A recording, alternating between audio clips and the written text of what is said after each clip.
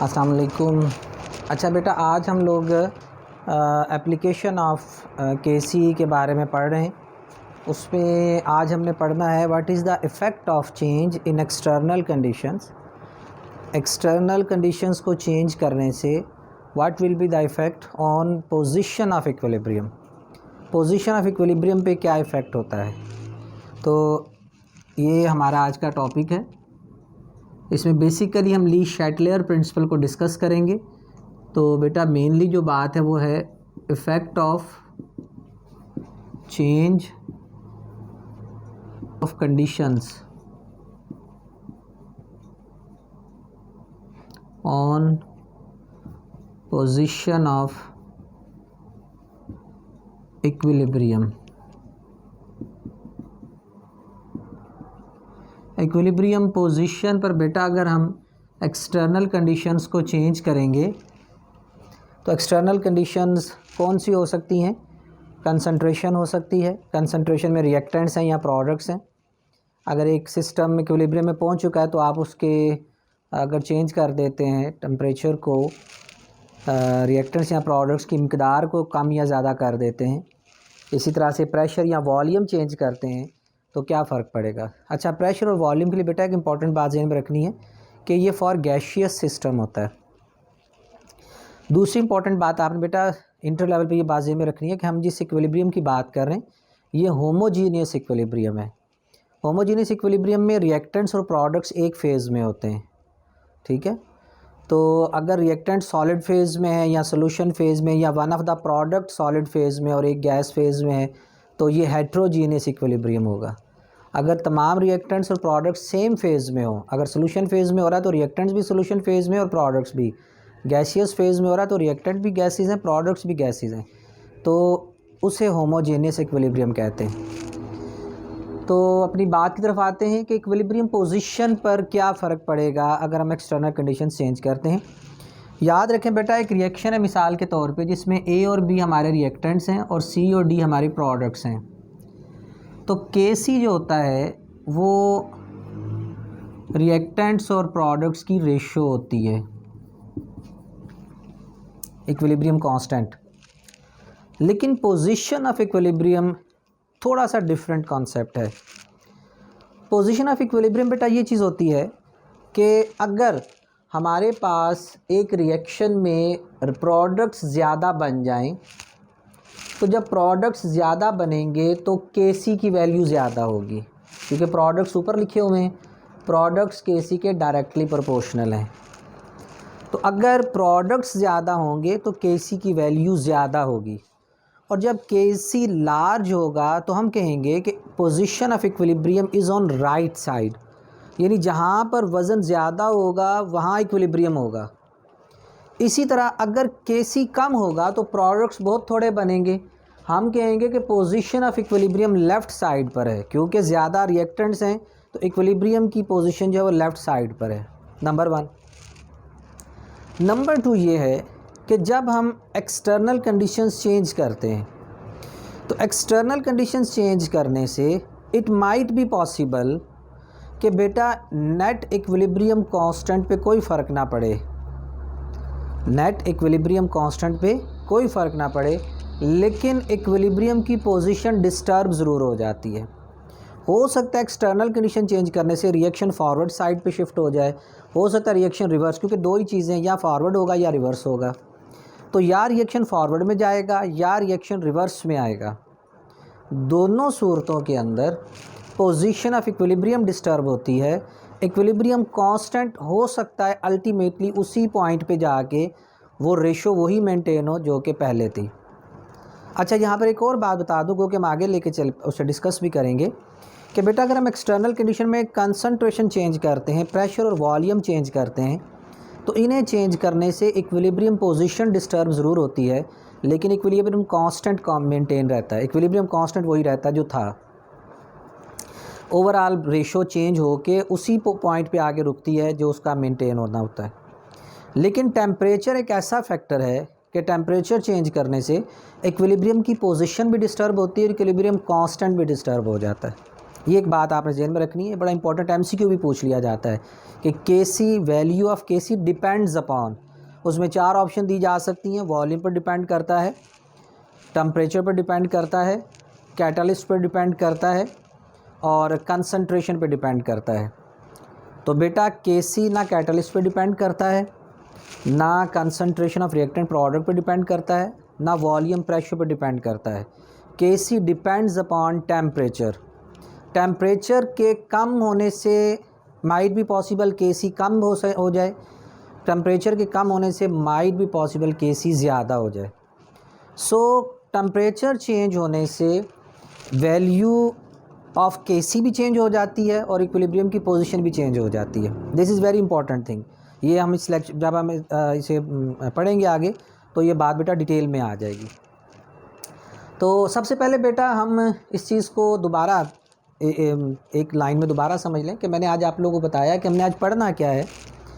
हमने ये चीज़ पढ़नी है कि जो इक्विलिब्रियम की पोजीशन है, पोजीशन ऑफ इक्विलिब्रियम, वो उस पर क्या इफ़ेक्ट होगा, ठीक होगी बात, जब हम एक्सटर्नल कंडीशंस को चेंज करते हैं।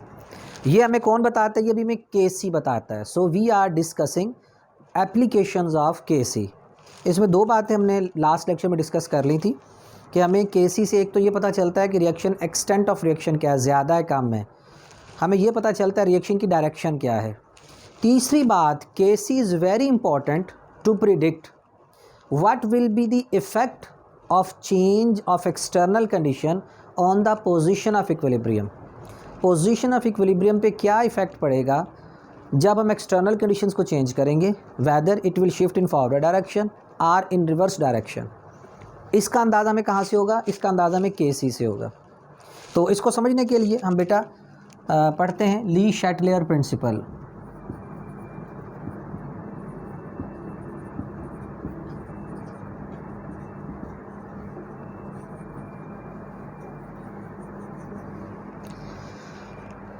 ली शैटलेयर प्रिंसिपल बेटा एक सादी सी बात है कि जब आप एक चीज़ इक्विलिब्रियम में आप उसे डिस्टर्ब करते हैं। फॉर एग्जांपल मैं इक्विलिब्रियम में खड़ा हूँ, लेट्स सपोज मैं स्टेबल खड़ा हूँ, मुझे धक्का लगाते हुए थोड़ा सा इस तरफ जाऊँगा, फिर दोबारा अपनी पोजीशन को मेंटेन कर लूँगा।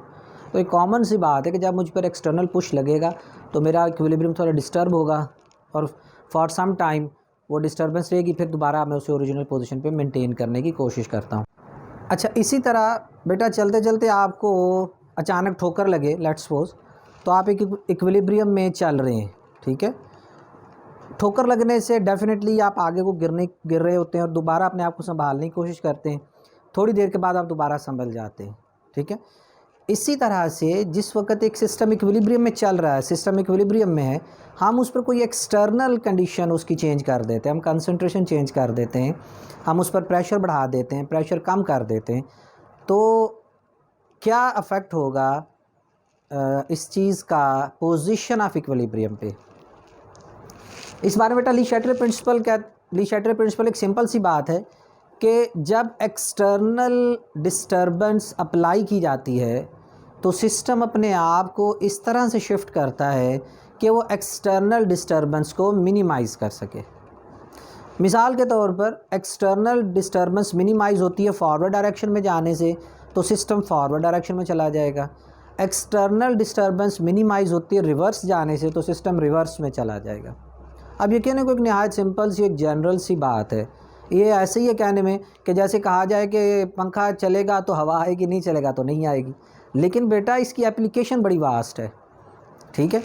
अब है क्या कि जनाब के when external disturbance is applied, the position of equilibrium is shifted in such a way so as to minimize external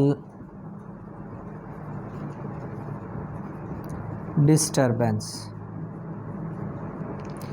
जब एक्सटर्नल डिस्टर्बेंस अप्लाई की जाती है तो सिस्टम इस तरह से मूव होगा कि वो एक्सटर्नल डिस्टर्बेंस को मिनिमाइज़ कर सके। मिसाल के तौर पे हम सबसे पहले इसमें effect of change in concentration को पढ़ते हैं।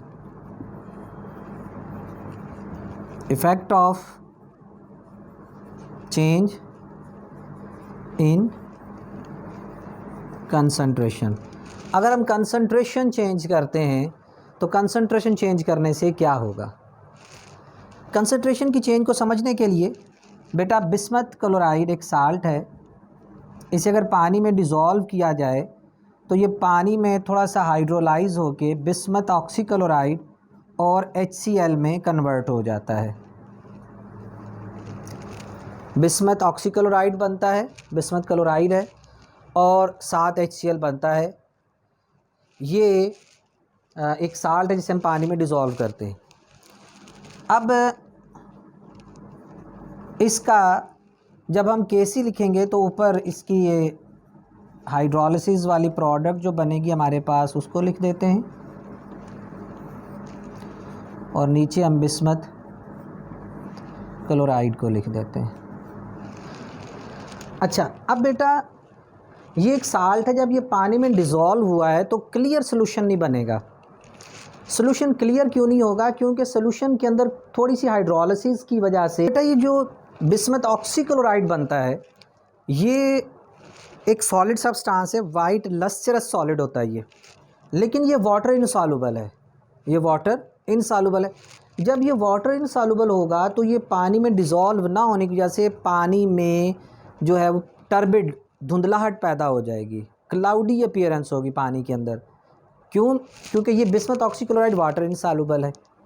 दोबारा इस बात को समझ लें कि हमने बिस्मथ क्लोराइड को पानी में डिज़ोल्व किया, ये बिस्मथ ऑक्सीक्लोराइड और HCl बन जाता है थोड़ी मिकदार में, ठीक है, क्यों? ये हाइड्रोलिसिस हो जाती है बिस्मथ क्लोराइड की पानी के अंदर, एक इक्विलिब्रियम मेंटेन हो जाएगा। हम उस इक्विलिब्रियम को इस तरह से लिख लेते हैं। ये टेस्ट ट्यूब के अंदर या ऑपरेटर्स में ये जो सोल्यूशन होगा ये टर्बिड सा होगा, ठीक है। टर्बिड क्यों है? क्योंकि इस सॉल्बिलिटी के दौरान ये जो बिस्मथ ऑक्सीक्लोराइड बना है ये वाटर इनसॉल्युबल है। जब ये वाटर इनसॉल्युबल होगा तो इसकी वजह से क्लियर सोल्यूशन नहीं हासिल होगा। जैसे आप नमक को पानी में हल करते हैं तो क्लियर सोल्यूशन बन जाता है, ऐसे क्लियर सोल्यूशन नहीं बनेगा, उसमें टर्बिडिटी रह जाएगी। अब यहाँ पर हम effect of change in concentration को देखने लगे हैं। अगर हम इस कंडीशन में केस 1 अगर हम स्मॉल अमाउंट ऑफ HCl इसमें ऐड कर दें, इज़ एडेड, तो बेटा क्लियर सोल्यूशन हो जाएगा। Solution become clear, clear solution is obtained. ठीक होगी बात? अब ऐसा क्यों होगा? अकॉर्डिंग टू ली शैटलर प्रिंसिपल ये एक इक्विलिब्रियम मेंटेन हुआ, जिस इक्विलिब्रियम की वजह से उसमें क्लाउडी अपीयरेंस थी। जब हमने HCl मिलाया है तो HCl मिलाने से बेटा बेसिकली हमने उसकी प्रोडक्ट्स में इजाफ़ा कर दिया। प्रोडक्ट में इजाफ़ा होगा तो अगर आप इस कंडीशन Kc को देखें तो बेटा इस सारी प्रोडक्ट में इजाफ़ा हो जाएगा। जब प्रोडक्ट्स बढ़ेंगे तो प्रोडक्ट्स बढ़ने की वजह से Kc अपलिफ्ट हो जाएगा, यानी ratio of products and concentration जो है वो अपनी ओरिजिनल वैल्यू से ऊपर चली जाएगी। अगर आपने प्रीवियस नॉलेज को रिवाइज़ करें तो हमने पढ़ा था, फ़र्ज़ करें अगर इक्विलिब्रियम 4 पे एस्टैब्लिश होना है तो अगर वो 4.5 पे चला जाएगा तो रिएक्शन रिवर्स डायरेक्शन में शिफ्ट हो जाएगा, रिएक्शन बैकवर्ड डायरेक्शन में चला जाएगा। लिहाजा HCl मिलाने से हुआ क्या है, प्रोडक्ट्स की कंसंट्रेशन बढ़ने से यहाँ पर प्रोडक्ट्स और रिएक्टेंट्स की रेशो जो है वो ओरिजिनली Kc की वैल्यू से बढ़ गई है। जब वो वैल्यू बढ़ेगी तो रिएक्शन रिवर्स डायरेक्शन में शिफ्ट हो जाएगा। अब जब ये रिवर्स डायरेक्शन में शिफ्ट होगा तो जो एक्सेस HCl है वो बिस्मथ ऑक्सीक्लोराइड से मिलके इसे बिस्मथ क्लोराइड में कन्वर्ट कर देगी, जो कि जो टर्बिडिटी होगी वो ख़त्म हो जाएगी। टर्बिडिटी जो है, जो क्लाउडी अपीयरेंस है, वो इसकी वजह से है। मिलाया हमने HCl है, लेकिन HCl मिलाने की वजह से क्योंकि प्रोडक्ट्स की कंसंट्रेशन बढ़ गई और प्रोडक्ट्स की कंसंट्रेशन बढ़ने की वजह से इक्विलिब्रियम डिस्टर्ब हुआ, और इक्विलिब्रियम डिस्टर्ब होने की वजह से सिस्टम रिवर्स डायरेक्शन में शिफ्ट हुआ। सिस्टम जब रिवर्स डायरेक्शन में शिफ्ट होगा तो HCl अपने साथ बिस्मथ ऑक्सीक्लोराइड को भी ख़त्म कर देगा और बिस्मथ क्लोराइड और वाटर बन जाएगा। नतीजातन वो जो टर्बिडिटी नज़र आ रही थी, जो क्लाउडी अपीयरेंस नज़र आ रही थी, वो ख़त्म हो जाएगी और सोल्यूशन क्लियर हो जाएगा। ठीक है, इससे अगली बात सुने। अगली इंटरेस्टिंग बात यह है कि अगर हम इस क्लियर सोल्यूशन में, इन दिस सोल्यूशन जो कि क्लियर हो चुका है, if small amount of water is added, अगर इसमें थोड़ी सी मिकदार में पानी मिला दें तो ये अगेन क्लाउडी हो जाएगा, टर्बिड हो जाएगा, अगेन दोबारा क्लाउडी अपीयरेंस हो जाएगी, दोबारा इसमें धुंधलाहट आ जाती है। अब सोचने की बात यह है कि पानी तो खुद क्लियर होता है, एक क्लियर सोल्यूशन में आपने पानी मिलाया है, सोल्यूशन भी क्लियर है, पानी भी क्लियर है, लेकिन उस क्लियर सोल्यूशन में पानी मिलाने से वो दोबारा से धुंधला हो जाएगा। अब धुंधला क्यों हो गया?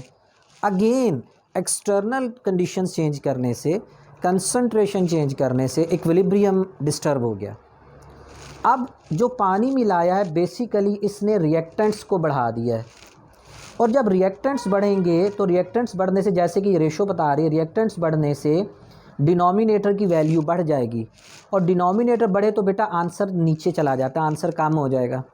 अपने प्रीवियस कॉन्सेप्ट को रिकॉल करें कि हमने कहा था कि अगर फ़र्ज़ करें इक्विलिब्रियम 4 पे एस्टेब्लिश होता है और अगर सिस्टम 3.5 पर है, लेस वैल्यू पे है, तो सिस्टम फॉरवर्ड डायरेक्शन में चल रहा है, रिएक्शन फॉरवर्ड डायरेक्शन में जा रहा है। अब उसी कॉन्सेप्ट को यहाँ पे अप्लाई कर लें कि जब हमने पानी मिलाया तो पानी मिलाने से इक्विलिब्रियम डिस्टर्ब हुआ, इक्विलिब्रियम डिस्टर्ब होने से ये रिएक्टेंट्स की प्रोडक्ट्स में या रिएक्टेंट की कंसंट्रेशन में ओवरऑल इजाफा हो गया। रिएक्टेंट की कंसंट्रेशन में इजाफा होने से ये वैल्यू डिस्टर्ब होके डाउनवर्ड चली गई। इस वैल्यू को मेंटेन रखने के लिए सिस्टम फॉरवर्ड डायरेक्शन में चला जाता है। जब सिस्टम फॉरवर्ड डायरेक्शन में जाएगा तो वो जो एक्सेस ऑफ वाटर है वो बिस्मथ क्लोराइड से मिलकर दोबारा बिस्मथ ऑक्सीक्लोराइड बना देता है, और बिस्मथ ऑक्सीक्लोराइड जब बनता है दोबारा से क्लाउडी अपीयरेंस आ जाती है। अब एक सिंपल इस्लाम में एक सिंपल बात बताई हुई है जिसे हमने यहाँ पर अप्लाई करके देख लिया। क्या कि एक इक्विलिब्रियम एस्टैब्लिश्ड है, आप उस पर एक्सटर्नल कंडीशन को चेंज करते हैं, एक्सटर्नल कंडीशन चेंज करने से उसकी पोजीशन ऑफ इक्विलिब्रियम या तो वो फॉरवर्ड की तरफ शिफ्ट होगा या वो रिवर्स की तरफ शिफ्ट होगा। ठीक होगी बात। हमने उसमें effect of change in concentration को डिस्कस किया है कि चेंज इन कंसंट्रेशन क्या चीज़ है, कि अगर आप प्रोडक्ट्स को बढ़ा देते हैं तो प्रोडक्ट्स बढ़ाने से रिएक्शन रिवर्स में चला जाएगा, और अगर रिएक्टेंट्स को बढ़ा देते हैं तो रिएक्शन फॉरवर्ड डायरेक्शन में शिफ्ट हो जाएगा। अब अगर कंक्लूजन निकाला जाए तो ये स्टेटमेंट नहायत सिंपल स्टेटमेंट है कि अगर आप रिएक्टेंट को वन ऑफ द रिएक्टेंट बढ़ा देंगे तो प्रोडक्ट बनना शुरू हो जाएंगी, और वन ऑफ द प्रोडक्ट बढ़ा देंगे तो रिएक्टेंट बनना शुरू हो जाएंगे। अब ये नहायत सिंपल स्टेटमेंट है, लेकिन बेटा इंडस्ट्रियल लेवल पर इसकी बहुत वास्ट एप्लीकेशन है इस छोटे से कॉन्सेप्ट की। कि फ़र्ज़ करें अगर एक रिवर्सिबल रिएक्शन है तो आप उस रिवर्सिबल रिएक्शन में, क्योंकि बेटा केमिस्ट जो है उसका काम है उसने रिएक्टेंट से प्रोडक्ट ज़्यादा लेनी तभी यील्ड बढ़ेगी। अब अगर वो रिएक्शन रिवर्सिबल है तो रिवर्सिबल रिएक्शन में प्रोडक्ट ज़्यादा हासिल करने के उसके पास दो ऑप्शन है। वन ऑप्शन ये है कि वो जो सस्ता केमिकल जो रिएक्टेंट में है उसको बढ़ाता जाए। जब सस्ता केमिकल बढ़ाता जाएगा तो महंगे वाला भी उसके साथ मिल के प्रोडक्ट में कन्वर्ट होता रहेगा, अल्टीमेटली सारे के सारे रिएक्टेंट प्रोडक्ट में कन्वर्ट हो जाएंगे। Number one. नंबर टू, अगर रिएक्टेंट में से वो किसी एक रिएक्टेंट को नहीं बढ़ा सकता लेकिन वो प्रोडक्ट में से किसी एक प्रोडक्ट को माइनस कर लेता है, तो जब वो प्रोडक्ट की कंसंट्रेशन कम करेगा तो इक्विलिब्रियम फिर डिस्टर्ब हो जाएगा, और एक प्रोडक्ट की कंसंट्रेशन कम होने से रिएक्टेंट्स की कंसंट्रेशन में इजाफा हो जाएगा। अंडरस्टूड बात है, क्योंकि ये कम हो रही है तो रिएक्शन फिर भी फॉरवर्ड डायरेक्शन में चलता जाएगा, अल्टीमेटली हमें फाइनल प्रोडक्ट हासिल हो जाती है।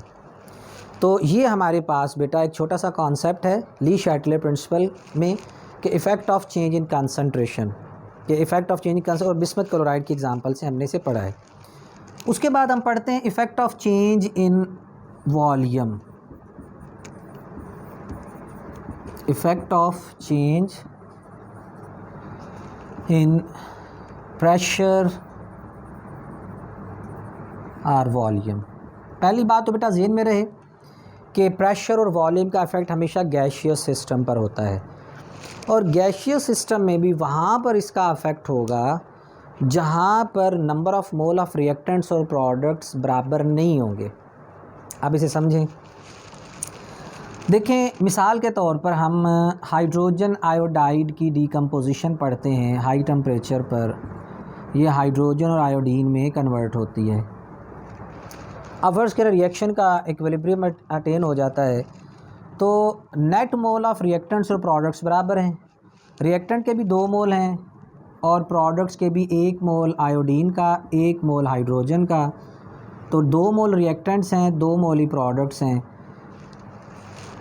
इसका जब हम इक्विलिब्रियम कांस्टेंट एक्सप्रेशन बनाते हैं तो इसका इक्विलिब्रियम कांस्टेंट एक्सप्रेशन बेटा हमारे पास बनेगा, Kc बनेगा x² over a minus x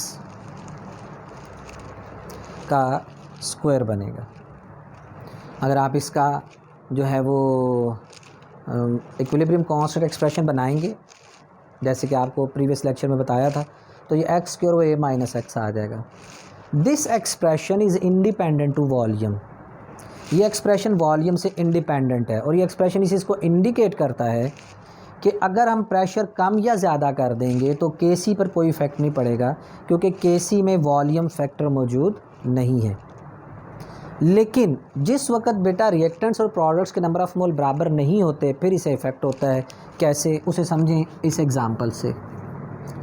sulphur dioxide oxidise होती है सल्फ़र ट्राइऑक्साइड में। इस रिएक्शन में रिएक्टेंट के 3 मोल बनते हैं, 2 मोल सल्फ़र डाइऑक्साइड, 1 मोल ऑक्सीजन और 2 मोल सल्फ़र ट्राइऑक्साइड। रिएक्टेंट साइड पर 3 मोल्स हैं और प्रोडक्ट साइड पर 2 मोल हैं। ठीक है। अगर बेटा हम गैसेस वाला कॉन्सेप्ट अप्लाई करें तो गैसेस का वॉल्यूम जो होता है वो गैसेस की नेचर से इंडिपेंडेंट होता है। ठीक है। किसी भी गैस का 1 मोल का वॉल्यूम STP पे स्टैंडर्ड टेम्परेचर प्रेशर में जो वॉल्यूम है आपने पढ़ा है 22.414 dm³ होता है 0 डिग्री सेंटीग्रेड पे। अच्छा, याद रहे बाज़ बुक्स बेटा इसे 24 dm³ 24 लीटर लेती हैं, वो 25 डिग्री के लिहाज से है, लेकिन बहरहाल हमने जो वैल्यू पढ़ी है वो 22.414 है and it is at 0 degree centigrade. अगर हम इसी को रूम टेम्परेचर स्टैंडर्डाइज़ कर दें तो बेटा ये 22.414 नहीं रहेगा, बल्कि ये ही वॉल्यूम बढ़ के 24 लीटर पे चला जाएगा। dm³ is equivalent two litre.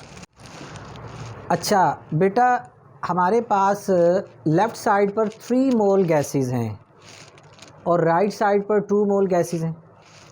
अब 3 मोल को लेट्स सपोज हम 22.414 से मल्टीप्लाई करें, जो कि गैस के 1 मोल का स्टैंडर्ड टेम्परेचर प्रेशर पे वॉल्यूम होता है 22.5 लीटर।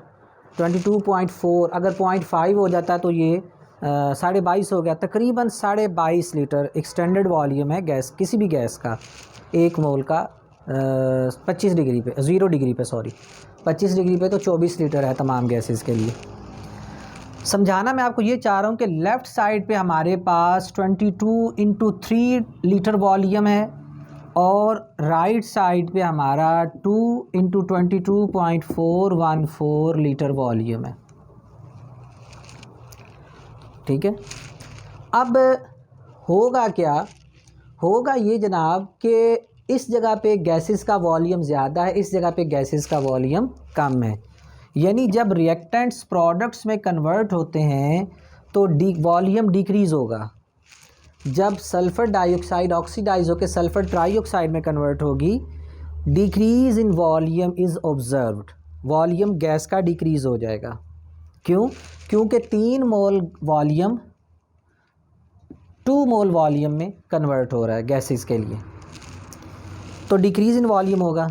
अब पता ये चला कि जब रिएक्टेंट्स प्रोडक्ट्स में कन्वर्ट होंगे तो वॉल्यूम डिक्रीज़ होगा।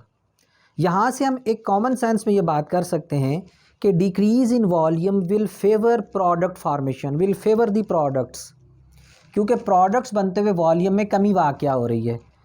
तो इस इक्वेशन को देख के अंदाज़ा लगाया जा सकता है कि विदाउट चेंजिंग कंसंट्रेशन रिएक्टेंट्स या प्रोडक्ट्स की कंसंट्रेशन को तब्दील किए बगैर अगर हम सिस्टम पर प्रेशर अप्लाई करेंगे, उसका वॉल्यूम कम करेंगे, तो वॉल्यूम कम करने से या प्रेशर बढ़ाने से प्रोडक्ट्स ज़्यादा बनेंगी।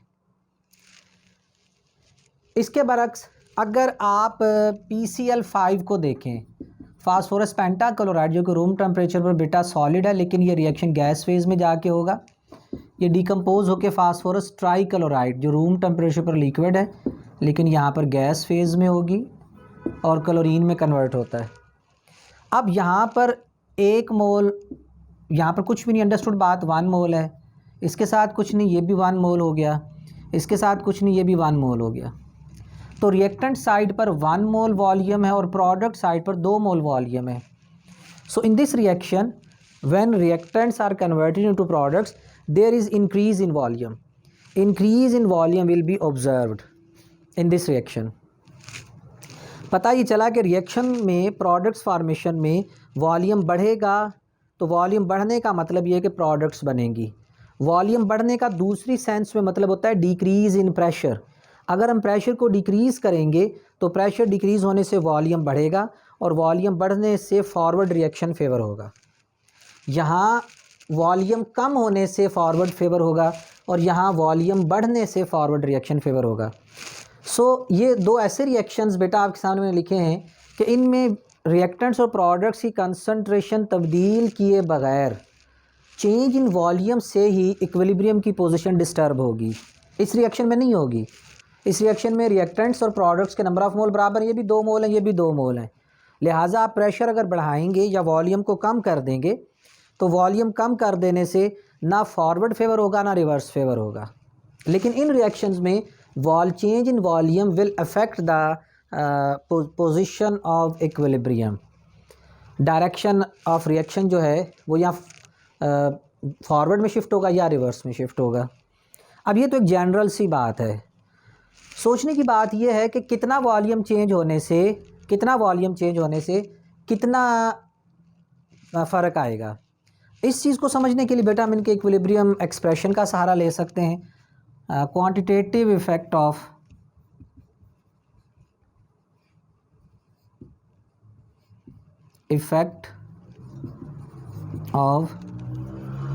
Change in volume or pressure, क्योंकि बेटा वॉल्यूम प्रेशर पर डिपेंड कर रहा होगा ना। डेफिनेटली हम तो प्रेशर बढ़ाएंगे या कम करेंगे। हम प्रेशर बढ़ाएंगे वॉल्यूम कम हो जाएगा, प्रेशर कम करेंगे वॉल्यूम ज़्यादा हो जाएगा। तो अगर हम बेटा सल्फ़र डाइऑक्साइड की मिसाल ले लें, सल्फ़र डाइऑक्साइड ऑक्सीडाइज होती है सल्फ़र डाइऑक्साइड में। इस रिएक्शन का अगर हम Kc लिखेंगे तो Kc बेटा यहाँ पर 4x² आ जाएगा into V over A minus 2x² into B minus x होगा। ये बेटा सल्फ़र डाइऑक्साइड का इक्विलिब्रियम कांस्टेंट एक्सप्रेशन बनेगा। इसका 4x² आ जाएगा और इंटू V और नीचे A minus 2x whole square into B minus x आएगा। ये इसका Kc एक्सप्रेशन आता है, बेशक आप इसे बना लीजिएगा। अब इस एक्सप्रेशन में जो वॉल्यूम है वो डिनोमिनेटर में न्यूमरेटर में है, ऊपर है। अच्छा, पहले मैं फास्फोरस पेंटाक्लोराइड का भी दोबारा से लिख के बना लूँ ताकि इनका कंपैरिजन और डिस्कशन आसान हो जाए। PCl5 है बेटा, ये डिकम्पोज होगी PCl3 और Cl2 में। इसका Kc बनेगा x² over V into A minus x। ये इसका Kc बनेगा x² over V into A minus x। यहाँ वॉल्यूम डिनोमिनेटर में, वॉल्यूम नीचे है, यानी यहाँ वॉल्यूम बढ़ने से Kc इफ़ेक्ट होगा। इसी तरह यहाँ पर भी वॉल्यूम चेंज होने से Kc इफ़ेक्ट होगा। लेकिन इस रिएक्शन में वॉल्यूम चेंज होने से कोई इफ़ेक्ट नहीं होगा क्योंकि the expression is independent to volume. Expression में वॉल्यूम मौजूद ही नहीं है, लिहाजा प्रेशर कम करें ज़्यादा करें Kc पर कोई इफ़ेक्ट नहीं होगा। इन दोनों में फ़र्क होगा। अब कैसे फ़र्क पड़ेगा, पहले इस चीज़ को समझें बेटा। यहाँ पर जो x है ना, x से मुराद क्या है, x से मुराद है extent of formation of products. x जो है वो प्रोडक्ट के नंबर ऑफ मोल्स को इंडिकेट कर रहा है, एक्सटेंट ऑफ प्रोडक्ट फॉर्मेशन बता रहा है, या x इंडिकेट कर रहा है extent of decomposition of reactants. x में दो बातें हैं, या तो x से मुराद अमाउंट ऑफ प्रोडक्ट है जो बन रही है, ठीक है, या x से मुराद रिएक्टेंट्स की अमाउंट है जो प्रोडक्ट में कन्वर्ट हो रही है। ठीक होगी बात, क्योंकि बेटा जितने रिएक्टेंट कम होंगे उतने ही प्रोडक्ट बनेंगे ना। जिस लिहाज से रिएक्टेंट कम हो रहे होंगे उसी की प्रपोर्शन के लिहाज से प्रोडक्ट्स बन रही होती हैं। तो पहली बात तो आप ये ज़हन में रख लें कि यहाँ x से मुराद अमाउंट ऑफ रिएक्टेंट्स या प्रोडक्ट्स है। अगर अमाउंट ऑफ रिएक्टेंट है तो ये वो अमाउंट ऑफ रिएक्टेंट है जो डिकम्पोज हो चुकी है, और अगर अमाउंट ऑफ प्रोडक्ट है तो ये वो अमाउंट ऑफ प्रोडक्ट है जो बन चुकी है। सो x is the amount of product formed or amount of reactant decomposed। अब देखते हैं कि यहाँ पर क्या सूरत हाल होगी। पहली सूरत हाल कि if number 1 pressure is increased, अगर हम प्रेशर बढ़ा देंगे तो वॉल्यूम हमने क्या किया, वॉल्यूम हमने डिक्रीज़ कर दिया। प्रेशर इसलिए बताया है कि बेटा इसमें चेंज तो हमने प्रेशर को ही करना है ना।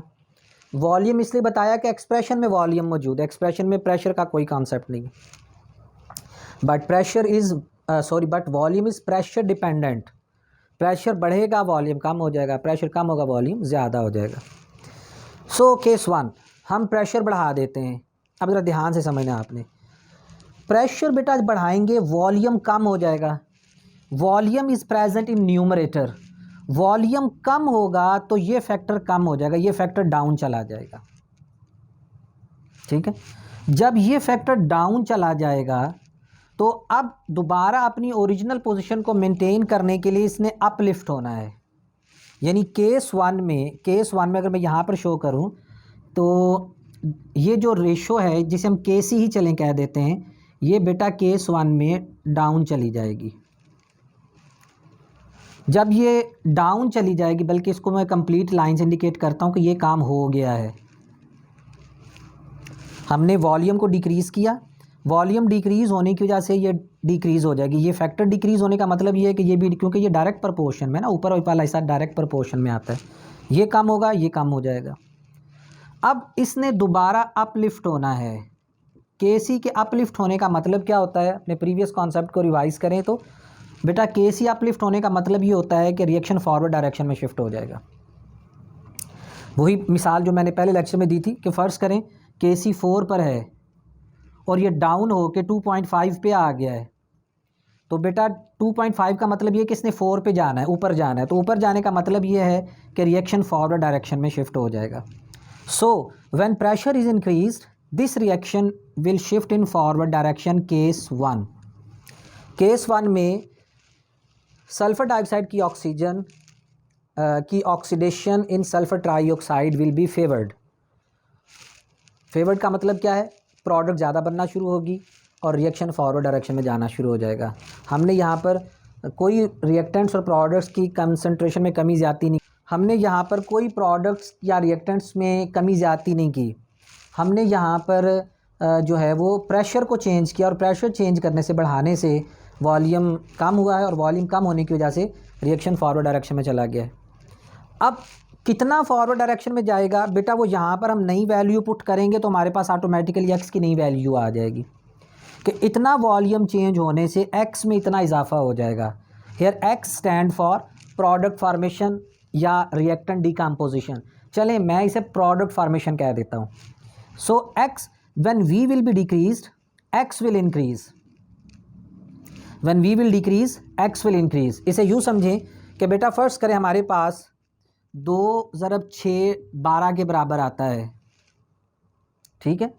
अगर 6 कम होके 3 रह जाएगा तो 12 उसी सूरत में आएगा कि ये इंक्रीज होके 4 पे चला जाए। This is a constant value. अगर ये फैक्टर डिक्रीज होगा तो ये फैक्टर इंक्रीज होगा।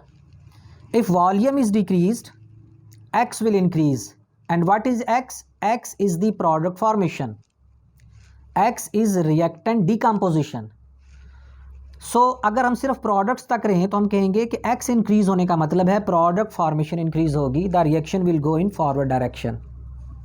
दूसरी केस में आप देख लें इसे मज़ीद। इफ़ प्रेशर इज़ डिक्रीज्ड, अगर हम प्रेशर डिक्रीज करेंगे वॉल्यूम इंक्रीज हो जाएगा।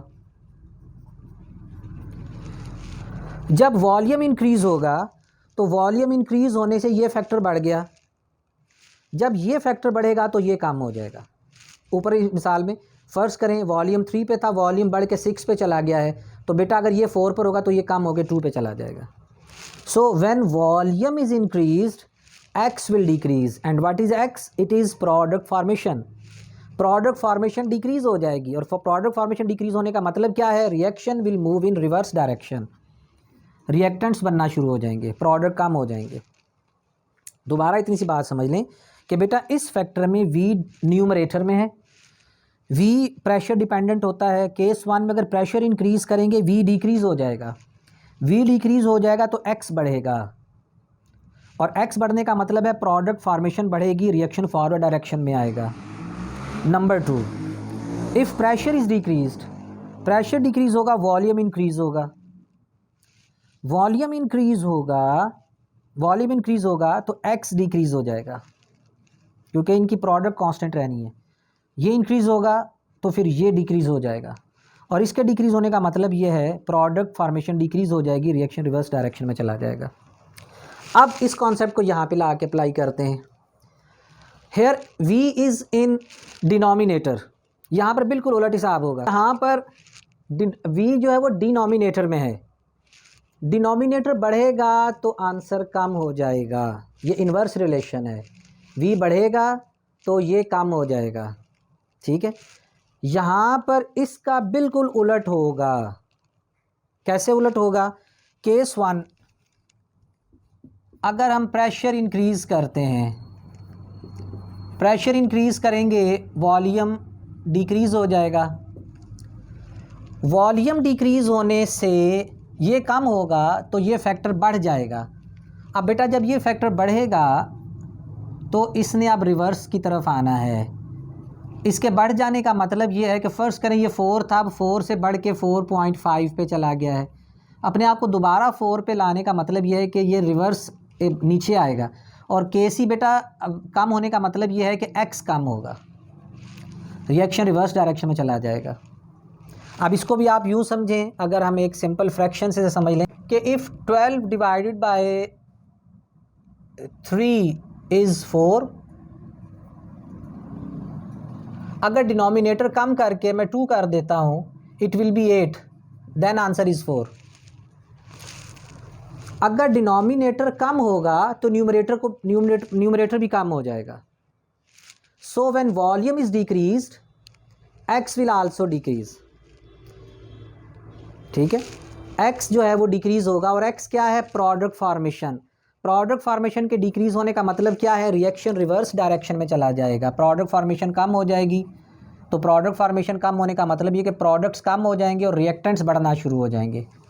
सो in case 1 this reaction will shift in reverse direction, जबकि इसमें केस 1 में रिएक्शन फॉरवर्ड डायरेक्शन में शिफ्ट हुआ था, क्योंकि यहाँ फॉरवर्ड डायरेक्शन में वॉल्यूम कम हो रहा है, यहाँ रिवर्स डायरेक्शन में वॉल्यूम कम हो रहा है। अब कितना कम होगा? It depends on the new value of volume. जितनी वॉल्यूम की नई वैल्यू लगाएंगे उतनी x की नई वैल्यू हमारे पास आ जाएगी। और case 2, if pressure is decreased, अगर प्रेशर डिक्रीज कर देते हैं वॉल्यूम इंक्रीज़ हो जाएगा, वॉल्यूम इंक्रीज़ हो जाएगा। अगर वॉल्यूम इंक्रीज़ होगा तो वॉल्यूम इंक्रीज़ होने से ये फैक्टर डिक्रीज़ हो जाएगा, वॉल्यूम इंक्रीज़ होने से ये फैक्टर डिक्रीज़ हो जाएगा, यानी ये फैक्टर वॉल्यूम इंक्रीज़ होने से डिक्रीज़ हो जाएगा। जब ये फैक्टर डिक्रीज़ हो जाएगा तो अब इसने अपलिफ्ट होना है, और अपलिफ्ट होने का तरीकाकार क्या है, reaction will move in forward direction, x बढ़ जाएगा, प्रोडक्ट्स बनना शुरू हो जाएंगी। ठीक है, इसकी मिसाल अगर इसी फ्रैक्शन से आप दोबारा समझ लें कि अगर हम डिनोमिनेटर को बढ़ा के 3 कर दें, या चलें डिनोमिनेटर को बढ़ा के हम 4 कर दें, then it will be 16, then answer is 4। So अगर डिनोमिनेटर की वैल्यू बढ़ेगी तो एक्स की वैल्यू बढ़ जाएगी, यानी अगर वॉल्यूम इंक्रीज़ होगा तो एक्स इंक्रीज़ हो जाएगा। एक्स इंक्रीज़ होने का मतलब क्या है, प्रोडक्ट फॉर्मेशन बढ़ जाएगी, फॉर्मेशन ऑफ प्रोडक्ट इंक्रीज़ हो जाएगी। X is formation of products, तो प्रोडक्ट फॉर्मेशन इंक्रीज़ हो जाएगी और रिएक्शन यहाँ पर केस 2 में फॉरवर्ड डायरेक्शन में शिफ्ट होगा। केस 2 में रिएक्शन फॉरवर्ड डायरेक्शन में चला जाएगा। ठीक होगी बात। तो बेटा ये थोड़ा सा हमारे पास कॉन्सेप्ट था चेंज इन कंसंट्रेशन के हवाले से और change in volume and pressure के हवाले से। वॉल्यूम और प्रेशर के बारे में मैंने आपको बुनियादी बात ये बताई है कि बेटा ये फैक्टर उस वक्त अप्लाई होगा जब रिएक्टेंट्स और प्रोडक्ट्स के नंबर ऑफ़ मोल बराबर नहीं होंगे। Effect of change of volume जो है बेटा ये उस वक्त इम्पॉर्टेंट है जिस वक्त रिएक्टेंट्स और प्रोडक्ट्स के नंबर ऑफ़ मोल बराबर ना हो। अगर बराबर होंगे तो फिर केसी एक्सप्रेशन के अंदर वॉल्यूम फैक्टर नहीं होगा। ये बता रहा है कि वॉल्यूम कम ज़्यादा होने से इक्विलिब्रियम कांस्टेंट पर और इक्विलिब्रियम की पोजीशन पे कोई फ़र्क नहीं पड़ेगा। लेकिन जैसे कि ऑक्सीडेशन ऑफ सल्फ़र डाइऑक्साइड है, डिकम्पोजिशन ऑफ फास्फोरस पेंटाक्लोराइड है, ये वो रिएक्शंस हैं जिनमें जब रिएक्शन होगा तो रिएक्टेंट्स और प्रोडक्ट्स के नंबर ऑफ़ मोल्स बराबर नहीं होंगे। इनका जो केसी एक्सप्रेशन बनेगा उसमें वॉल्यूम फैक्टर मौजूद होता है, उसमें वॉल्यूम फैक्टर मौजूद होता है। मुख्तसर बात ये कि अगर वॉल्यूम फैक्टर न्यूमरेटर में होगा तो वॉल्यूम बढ़ेगा तो एक्स कम होगा, वॉल्यूम बढ़ेगा तो रिएक्शन रिवर्स जाएगा, वॉल्यूम कम होगा तो एक्स बढ़ जाएगा, ये रिवर्स में ये फॉरवर्ड में चला जाएगा। लेकिन अगर वॉल्यूम डिनोमिनेटर में होगा तो वॉल्यूम बढ़ेगा तो एक्स भी बढ़ेगा, वॉल्यूम कम होगा तो एक्स भी कम होगा। ठीक होगी बात। वो मैंने आपको एक सिंपल मैथमेटिकल फ्रैक्शन से आपको ये बात समझा दी है। अल्लाह आपको अपनी पास में रखे, मान में रखे, से पढ़ें, याद करें। अस्सलाम वालेकुम व रहमतुल्लाहि व बरकातहू।